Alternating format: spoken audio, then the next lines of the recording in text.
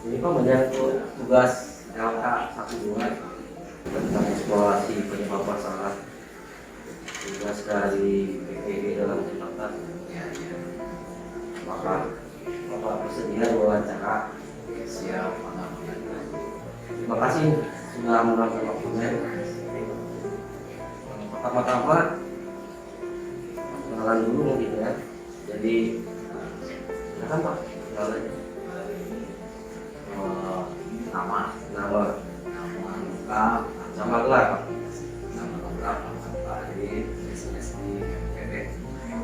Kebetulan saya desa Cibulu itu untuk tahun ajaran 2022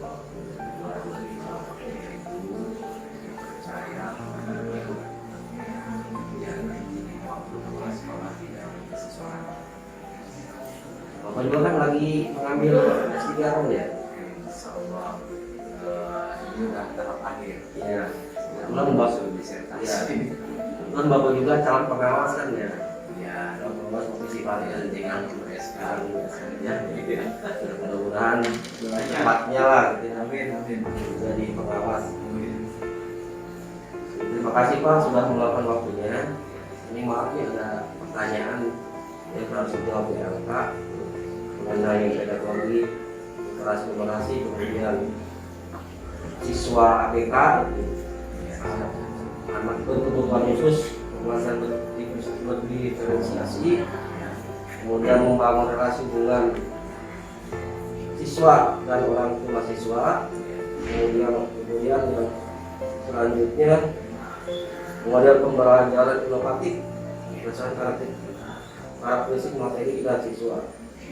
Poin kelima itu literasi numerasi, advance material, diskusi dan coach. Yang terakhir itu pemanfaatan teknologi informasi dan pembelajaran. Pertanyaan awal ini misalnya pendapat Bapak apa yang Bapak lakukan untuk memberikan motivasi belajar siswa? Kalau yang biasa saya lakukan ketika saya mau memberikan motivasi belajar dari siswa itu biasanya sesuai itu saya kasih penjelasan tentang betapa pentingnya belajar, betapa pentingnya masa depan, dan betapa pentingnya proses. Karena kan menurut saya belajar itu kan proses yang harus dilalui oleh siswa untuk masa depan dirinya sendiri. Ya, kalau mereka tidak punya motivasi belajar yang baik, bagaimana nanti masa depannya juga bisa baik. Ya, seperti itu. Kalau jadi diberikan penjelasan betapa pentingnya belajar dengan sungguh-sungguh, ya, supaya pada akhirnya siswa itu menjadi semangat dan kelak dia akan menjadi orang yang sukses. Ya. Kemudian ini ada pertanyaan selanjutnya yang masih motivasi ini, bagaimana Bapak memotivasi siswa yang motivasi belajar rendah dan solusinya Pak? Kalau kebanyakan kayak di kita aja di sini kan itu motivasi belajar siswanya sangat rendah ya. Jadi ketika saya masuk ke kelas sebelum memberikan pelajaran itu tadi, ketika di awal sebelum pelajaran biasanya saya memberikan motivasi anak-anak, terutama mungkin anak-anak yang ujiannya rendah ya. Biasanya itu saya menceritakan baik itu pengalaman saya pribadi, pengalaman teman, atau menceritakan tokoh-tokoh yang sukses gitu. Ya. Sukses. Nah, ketika mereka sukses itu rata-ratanya dari mereka orang-orang yang sukses itu memiliki motivasi belajar yang baik. Adapun solusi yang bisa dilakukan untuk mengatasi siswa yang memotivasi belajar rendah, biasanya mendorong mereka dengan memberikan motivasi dan semangat bahwa belajar sungguh-sungguh itu sangat penting ya, sebagai bekal untuk masa depan mereka. Jadi mereka diarahkan masa depannya mau seperti apa ya tergantung mereka yang hari ini. Didorong lah solusinya ya, tidak ada cara lain selain didorong supaya mereka termotivasi mau belajar secara sungguh-sungguh sebagai bekal untuk masa depan mereka. Ya, sebelumnya saya minta maaf nih karena dalam kondisi pilot menular di depan saya, banyak pakai masker.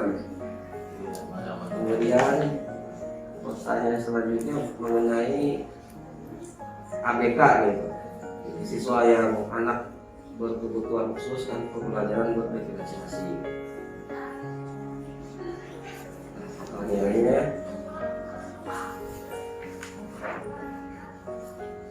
bagaimana cara mengatasi pembelajaran untuk siswa yang berkebutuhan khusus bersama modelnya Pak? Bagaimana cara mengatasi pembelajaran untuk siswa yang berkebutuhan khusus? Ya, cara pembelajaran untuk siswa yang berkebutuhan khusus dan model pembelajarannya. Biasanya kan berkebutuhan khusus juga bisa harus apa namanya, harus spesifik ya. Ya, harus spesifik artinya kebutuhannya seperti apa mereka. Kita harus tahu dulu mereka kebutuhannya dalam bidang apa. Atau kebanyakan kalau yang berkebutuhan khusus katakanlah secara komunikasi ya, komunikasi biasanya kan kurang tuh dalam komunikasinya ya, kurang siswa yang berkebutuhan khusus itu biasanya komunikasinya Pak yang kurang ini, ya yang kurang lancar itu biasanya komunikasinya. Nah, makanya harus dibangun dulu tuh komunikasi dengan mereka, gitu kan, dengan cara mendampingi mereka untuk mereka bisa berkomunikasi, gitu kan. Jadi pembelajarannya harus memang benar-benar fokus ya. Pokoknya bangun komunikasi atau dalam hal berkomunikasi itu didampingi lah ya, supaya ketika mereka membangun komunikasinya, kebutuhannya itu juga bisa secara maksimal kita gali dari mereka sehingga bisa teratasi lah, bisa teratasi.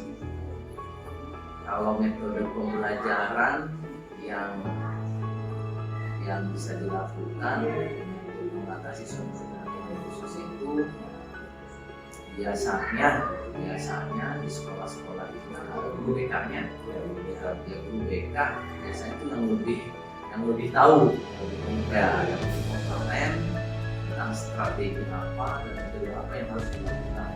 Makanya ketika di sekolah kita ada siswa-siswa yang berkebutuhan khusus, itu kita jangan sungkan-sungkan tuh untuk memfasilitasi guru BK gitu ya, atau mendorong guru BK supaya mereka dengan mereka sama dengan guru BK. Karena kalau di sekolah seperti kita ada yang berkebutuhan khusus itu sangat sulit sebenarnya, sangat sulit gitu.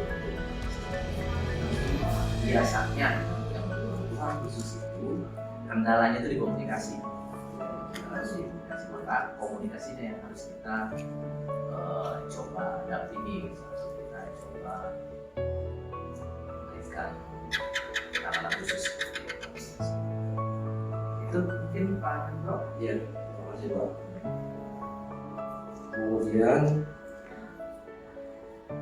untuk ini membangun relasi hubungan orang tua dan siswa. Bagaimana supaya terjalin dengan baik, juga komunikasi walas dengan Ovi berjalan dengan baik. Kiat-kiatnya, trik-triknya atau metodenya gimana?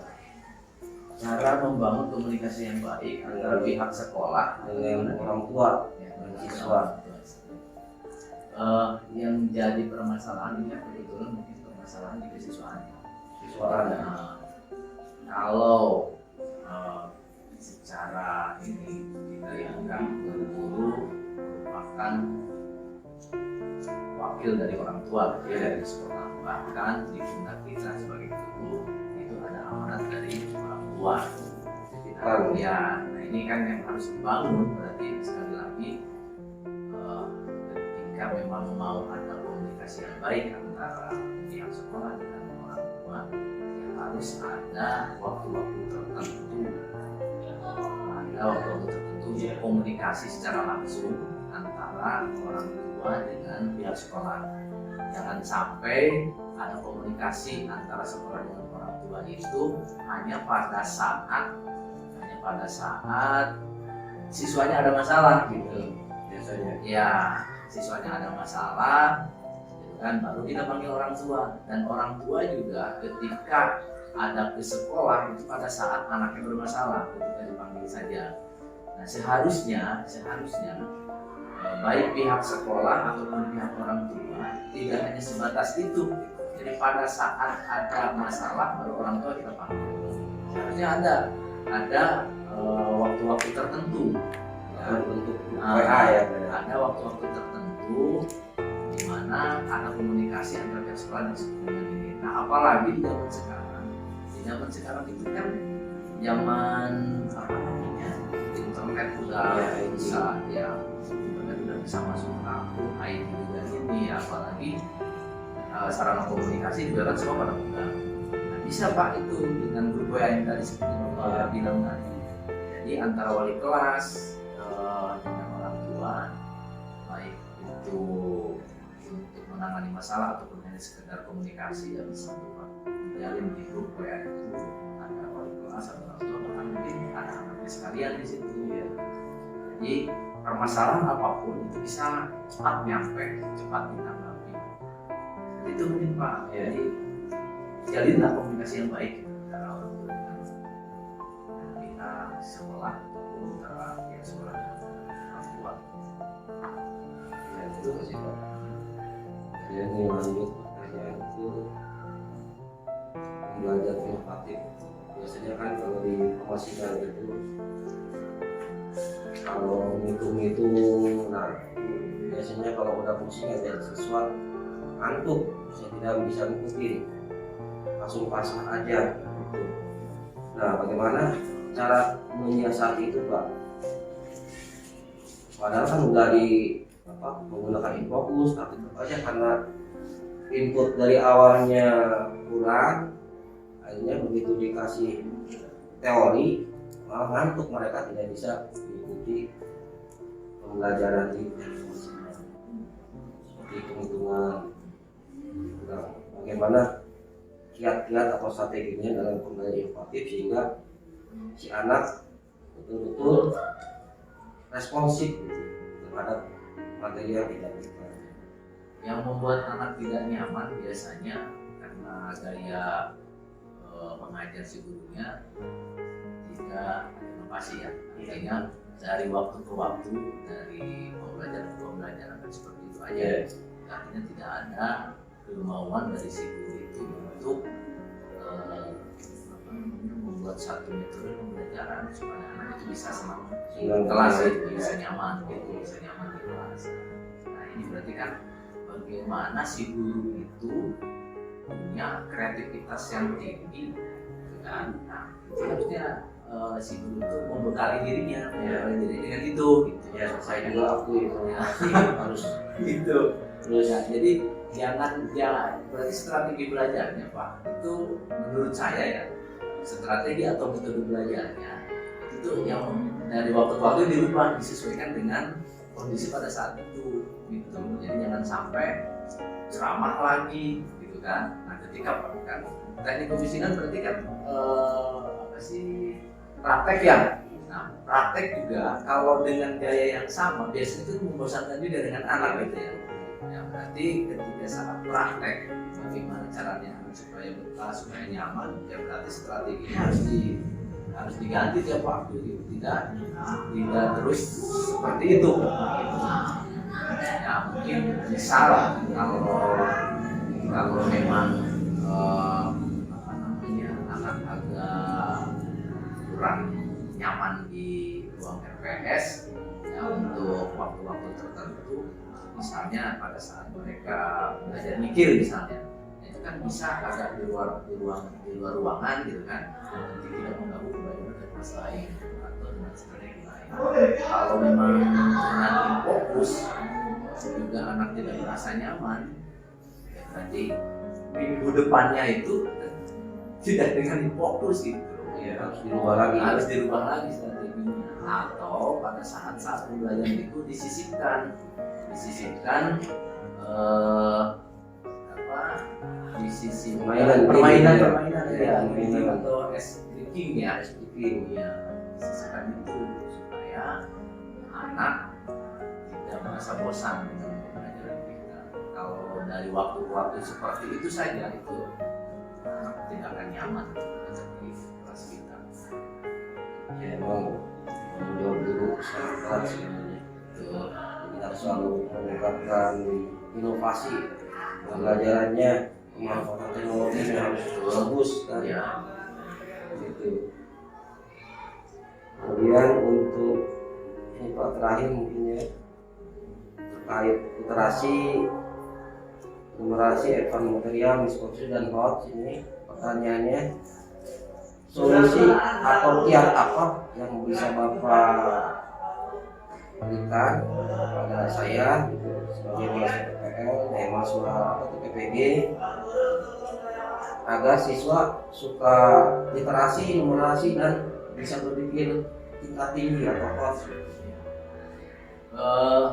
Bisa dengan cara tadi Pak dijelaskan dulu manfaat dari ketika kita mau literasi, manfaatnya apa. Ketika siswa itu merasakan literasi, manfaat bagi dirinya apa gitu kan. Nah soal-soal yang hot juga, ketika mereka bisa menjelaskan soal-soal yang hot gitu kan, manfaat buat mereka apa, dan mungkin secara berkala bisa Bapak berikan reward, sebagai penyemangat buat mereka. Ternyata ketika mereka melakukan literasi, ketika mereka melakukan numerasi, ketika mereka mau gitu ya berpikir tingkat tinggi gitu, sesuai dengan yang kita ajarkan kepada mereka, selain mereka punya gambaran manfaat untuk mereka, juga ada harapan siapa tahu saya hari ini dapat reward. Tapi jangan tiap pertemuan dapat reward Pak, Bapak yang tekor nanti berat. Iya. Secara berkala aja Pak. Berarti itu mungkin yang saya tahu. Iya. Terima kasih apa yang telah dipaparkan sama Bapak. Mudah-mudahan apa yang dijelaskan bisa saya laksanakan. Mudah-mudahan terima kasih dulu nih. Mudah-mudahan sukses Pak karirnya. Terima kasih banyak. Selamat jalan dulu karirnya. Saya selesaikan dulu sih akademinya. Amin. Terima kasih Pak. Assalamualaikum.